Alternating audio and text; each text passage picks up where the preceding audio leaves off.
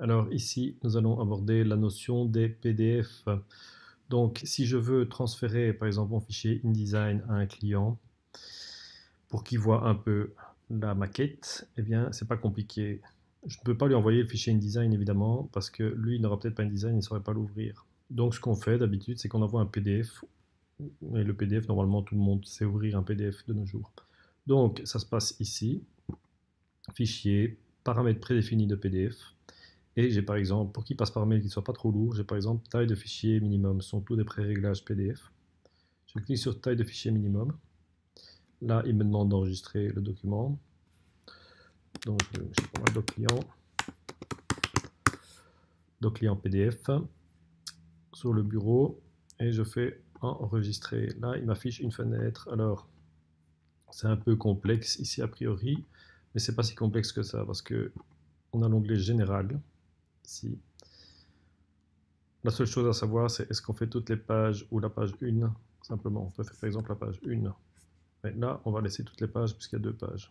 Donc, toutes les pages sont sélectionnées, c'est très bien. Ici, on ne touche rien. Pour la compression, on ne touche rien. Et pour les repères et fonds perdus, on ne touche rien. Et on fait exporter. Ici, donc, résultat des courses. On ouvre le fichier PDF, donc doc client PDF 1 de 2, page 1, page 2. Et donc, le client peut visionner le PDF en sachant qu'il n'y a pas de perte de qualité pour les textes parce que tout est vectorisé. Donc le PDF gère excessivement bien la qualité des textes, maintenant je vous montre très fort. Par contre, moins les images. Donc il compresse les images et les transforme en JPEG dans le cas d'un PDF basse résolution. Mais évidemment, le fichier est moins lourd, donc il passe plus facilement par mail, parce que par mail, pour l'instant, donc un mail normal gère un fichier de 10 à 15 mégas maximum. Donc les PDF sont relativement légers, et plus la compression est importante, plus le PDF est léger. Donc on voit qu'ici l'image est vraiment pourrie, mais le fichier n'est vraiment pas très lourd et il passe facilement par mail. Voilà, ça donc c'est pour le mail PDF client qui peut passer pour le PDF client qui peut passer par mail envoyé au client par exemple, ou au professeur, ou à un ami pour validation d'un fichier ou correction. Contre, si je veux envoyer le PDF en production à un imprimeur par exemple, à ce moment-là, je vais d'abord afficher les repères et ici je vais devoir prévoir un bord perdu pour l'impression. Donc je fais déborder mes blocs de ma mise en page. On va voir pourquoi par la suite.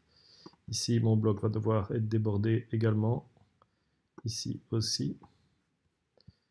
Et mon image ici aussi doit être légèrement débordée. Donc je me retrouve avec mes blocs qui dépassent en fait un peu tous le format, donc qui va être coupé normalement à la ligne noire. Alors, pourquoi on fait ça?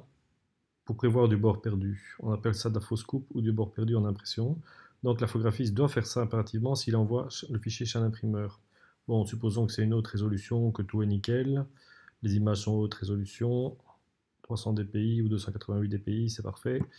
Ici, je vais de nouveau dans paramètres prédéfinis, et là, je vais faire par exemple en X1 ou alors en qualité optimale. Je fais qualité optimale. Là, je vais l'appeler doc imprimeur, par exemple. Ici sur le bureau, je vais l'enregistrer. Là, il affiche toujours la même fenêtre. Alors, toutes les pages, je laisse comme ça, c'est très bien. Compression, je ne touche pas, donc on voit qu'il monte à 300 pixels par pouce en compression, et 1200 pour le noir et blanc.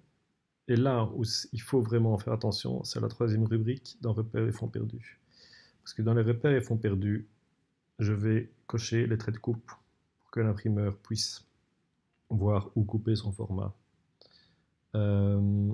Et le reste, généralement, les imprimeurs ne le réclament pas. Ça, ici, on laisse ça par défaut. Et je coche les traits de coupe. Donc, gamme de couleurs éventuellement, etc. Je vais mettre la gamme de couleurs pour montrer ce que c'est. Et ici, très important, le fond perdu. Donc on peut utiliser les paramètres de fond perdu du document, mais généralement, par défaut, on met 5 mm de fond perdu. C'est-à-dire que le PDF va afficher 5 mm de débord par rapport à ce que j'ai fait. On va voir ce que ça donne visuellement et on valide. Alors voici donc mon PDF imprimeur qui est réalisé. Et qu'est-ce que je remarque? Donc j'ai ma mise en page ici, page 1, page 2. Ici, j'ai demandé les traits de coupe. Donc qu'est-ce qu'InDesign a fait? Il m'a mis les traits de coupe ici. Donc la 4, une fois qu'il va être coupé, parce que l'imprimeur va imprimer sur un papier plus grand, et puis il va venir couper au trait de coupe les 4 côtés. Donc tout ceci va être des chutes. Ça ne se verra pas en impression. Ici, il y a la gamme de couleurs comme je l'ai demandé, avec le jaune, le magenta, le cyan, le bleu, le vert, le rouge, le noir et 50% des grisés ici, tous les grisés ici. Donc ça c'est 0%, 10, 20, 30 jusqu'à 100% de grisé. J'ai mes traits de coupe, j'ai ma mise en page. Bon, les photos sont toujours aussi pourries, enfin un peu moins, parce que j'ai demandé une autre résolution, mais enfin bon, comme elles viennent du net, à 72 dpi, les photos sont pourries.